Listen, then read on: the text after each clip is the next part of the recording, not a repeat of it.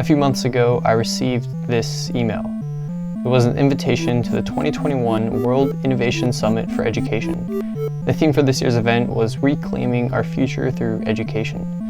Wait, the UN is involved? What? I have a big interest in education, and I think we all do. We have a huge vested interest in it, partly because it's education that's meant to take us into this future that we can't grasp. It's called the Where I Want to Be ladder. If this ladder represents all the things you always wanted to be in your life, or all the things that you ever expect to feel, where would you think you would be on it in 5 years? Nobody has a clue, despite all the expertise that's been on parade for the past 4 days, what the world will look like in 5 years' time. And yet we're meant to be educating them for it. So the unpredictability, I think, is extraordinary. So I invited my friend Ryan, a college dropout, to join me and figure out what the future of education was and if I should go to college next year. Now that you have marked an X for where you think you're going to be in 5 years, I'd like you to put a 0 where you think you are now.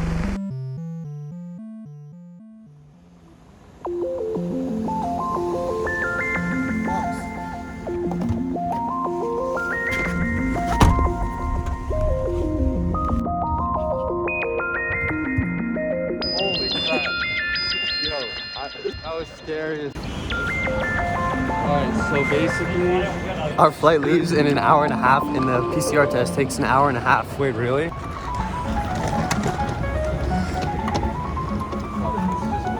Testing.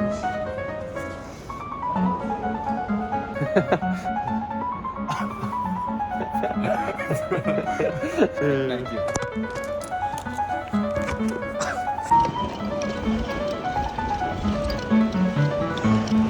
Sir, we just got our PCR for the flight now to Doha. Doha, close. Can we go to the gate to check it? No. Close, finish. Flight leaves in 20 minutes. Sir, system close, finish. Boarding card. Nereden vereceğim boarding card? Go over there. Let's just try to check it. You might have to pay a fee, but whatever. But at some point, I have to head back to college, or do I? Our education system is predicated on the idea of academic ability. And there's a reason. They all came into being to meet the needs of industrialism. Max, you have 5 minutes. And I guess that's what I'm trying to figure out. Is it still worth going to college in 2022? So you were probably steered benignly away from things at school when you were a kid, things you liked, on the grounds you would never get a job doing that. Is that right? Don't do music, you're not going to be a musician. Don't do art, you won't be an artist. Benign advice, now profoundly mistaken. Is there still value in pursuing higher education? It's complicated. No, Max. Wrong way. Suddenly, degrees aren't worth anything. When I was a student, if you had a degree, you had a job. If you didn't have a job, it's because you didn't want one. But now, kids with degrees are often heading home to carry on playing video games. You can just wait here. Okay, thank you. Wait here, okay. Okay. I'm having a difficult time breathing. No way. Because you need an MA, where the previous job required a BA, and now you need a PhD for the other. It's a process of academic inflation, and it indicates the whole structure of education is shifting beneath our feet. No way we're on this plane.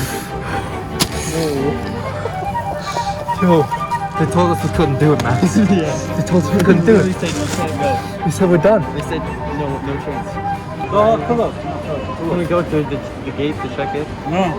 Close, finish. Sir, system close, finish. Boarding card. Nereden vereceğim boarding card?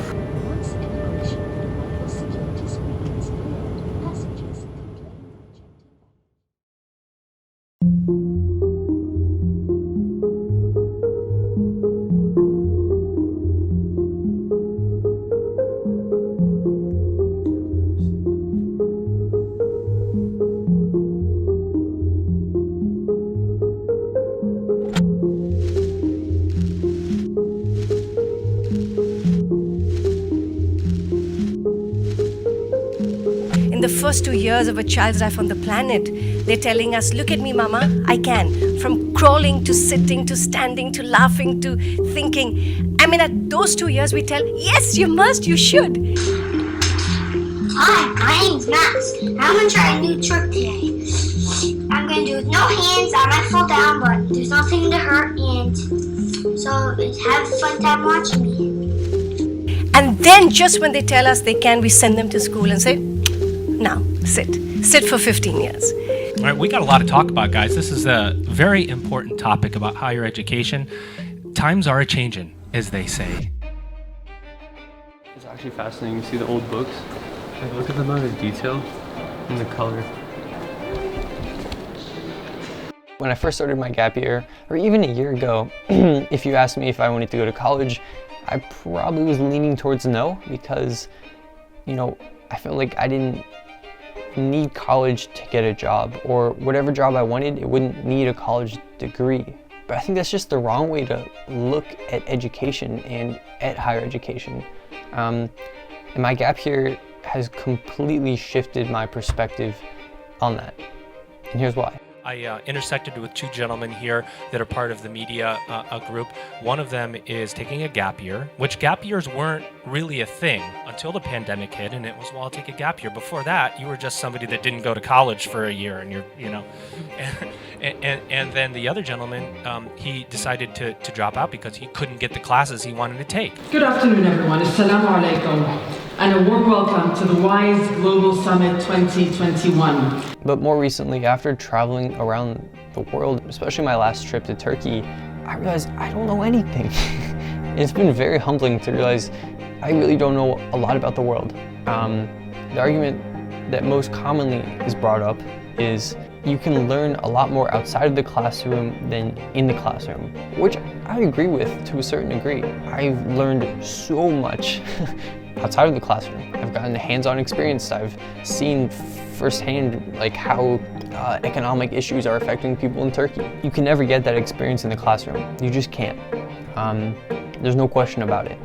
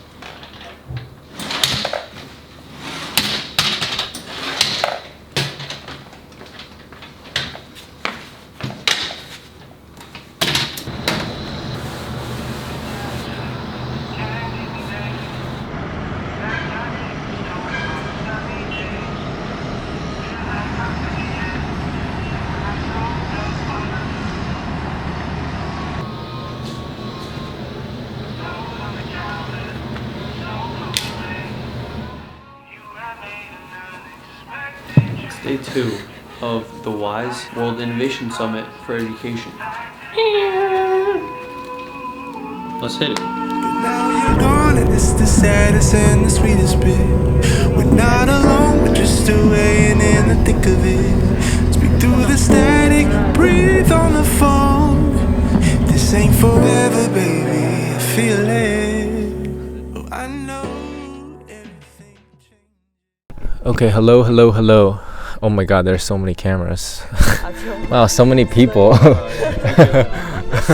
First, we can introduce our guest. So I'm a student from Cambridge. I'm in my final year doing economics, and also I'm a vlogger on this Chinese video platform called Bilibili. I suppose I intended to have more of a concrete conclusion with this video. And I was thinking about it for a while, what is the conclusion? And I think the conclusion is there is no conclusion. I think where I'm at now is the theme or the topic, I guess, that we're talking about is basically that the idea that the educational system doesn't really value education anymore. It kind of more so values the numbers and the results, the place that you go to, and your GPA, rather than like what you learn and the knowledge that you actually come out of university with or high school with and whatever. I think one of the most incredible things about higher education is that you learn a lot about the world and you learn to really critically think. But does that really need to cost hundreds of thousands of dollars? And does that need to take 4 years of your life? I don't know. And do you need college to do that? I just realized, like, before, what I really love about learning is not the content itself, but actually just getting good grades and like getting good grades and like being able to prove to like others, like all my friends, like, oh, I'm like, you know. Picasso once said this. He said that all children are born artists. The problem is to remain an artist as we grow up. By the time they get to be adults, most kids have lost that capacity. They have become frightened of being wrong. And we run our companies this, by the way. We stigmatize mistakes.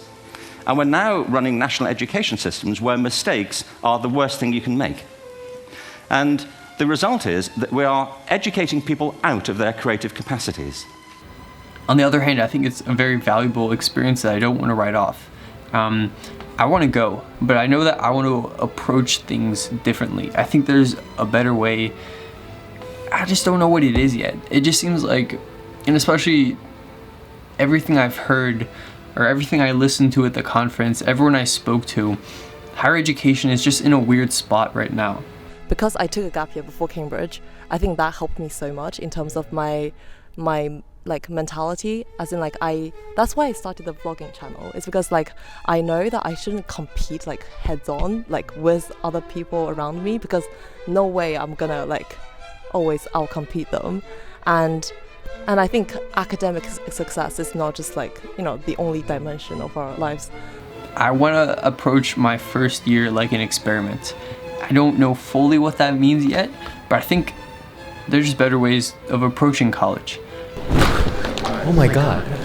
Hello. You're obviously finishing up school, university. What advice would you give? Closer? Yeah. Okay. What advice would you give younger, like high school students who feel a lot of academic pressure and stress to perform at the highest level? Like looking back at your younger self, and maybe just to anyone out there who feels that, like what would you tell them? I feel like academic success does not mean that you're going to be successful in life. Like, obviously, it's like, it does show that you're, I guess a lot of people think like, oh, there's this path that is a lot easier. Like if you go to like if you get good grades at like high school and then go to a good uni, and then that's easier for you to find a job and you know, get a good career and make a living out of that. But I think that doesn't necessarily mean that you're gonna, like, I don't think that is success in life. I think it's really just enjoying whatever you're doing. We need to radically rethink our view of intelligence. We know 3 things about intelligence. 1, it's diverse. We think about the world in all the ways that we experience it. We think visually, we think in sound, we think kinesthetically, we think in abstract terms, we think in movement. Secondly, intelligence is dynamic. If you look at the interactions of a human brain, as we heard yesterday from a number of presentations, intelligence is wonderfully interactive. The brain isn't divided into compartments. In fact, creativity, which I define as the process of having original ideas that have value, more often than not, comes about through the interaction of different disciplinary ways of seeing things. The way you kind of worked out of the comparing yourself to other people in Cambridge was just like kind of doing your own thing, like getting to a point where you can't even compare yourself to others because you're just doing something so different, right? That's so yeah, like definitely. I think actually there's like a very interesting book like written on this. I think about like I think it was written by like a professor at Yale, talking about like how people who go to Ivy Leagues, they're scared to experiment with things in life because they have this, you know, this path that's perceived as like, you know, successful and also less risky in a sense, as in like they go, like if they go to like Ivy, like a lot of my friends obviously, like they go to like these top institutions and then they go to like investment banks and, you know, like these kind of top firms and earn like a very good salary, and that's how they just live through their life. And there aren't many people who are willing to take a less conventional path and experiment with that. But something strikes you when you move to America and when you travel around the world. Every education system on earth has the same hierarchy of subjects. Everyone, doesn't matter where you go. You'd think it would be otherwise, but it isn't. At the top are mathematics and languages, then the humanities, and at the bottom are the arts, everywhere on Earth. There isn't an education system on the planet that teaches dance every day to children the way we teach them mathematics. Why? Why not? And my contention is all kids have tremendous talents, and we squander them pretty ruthlessly.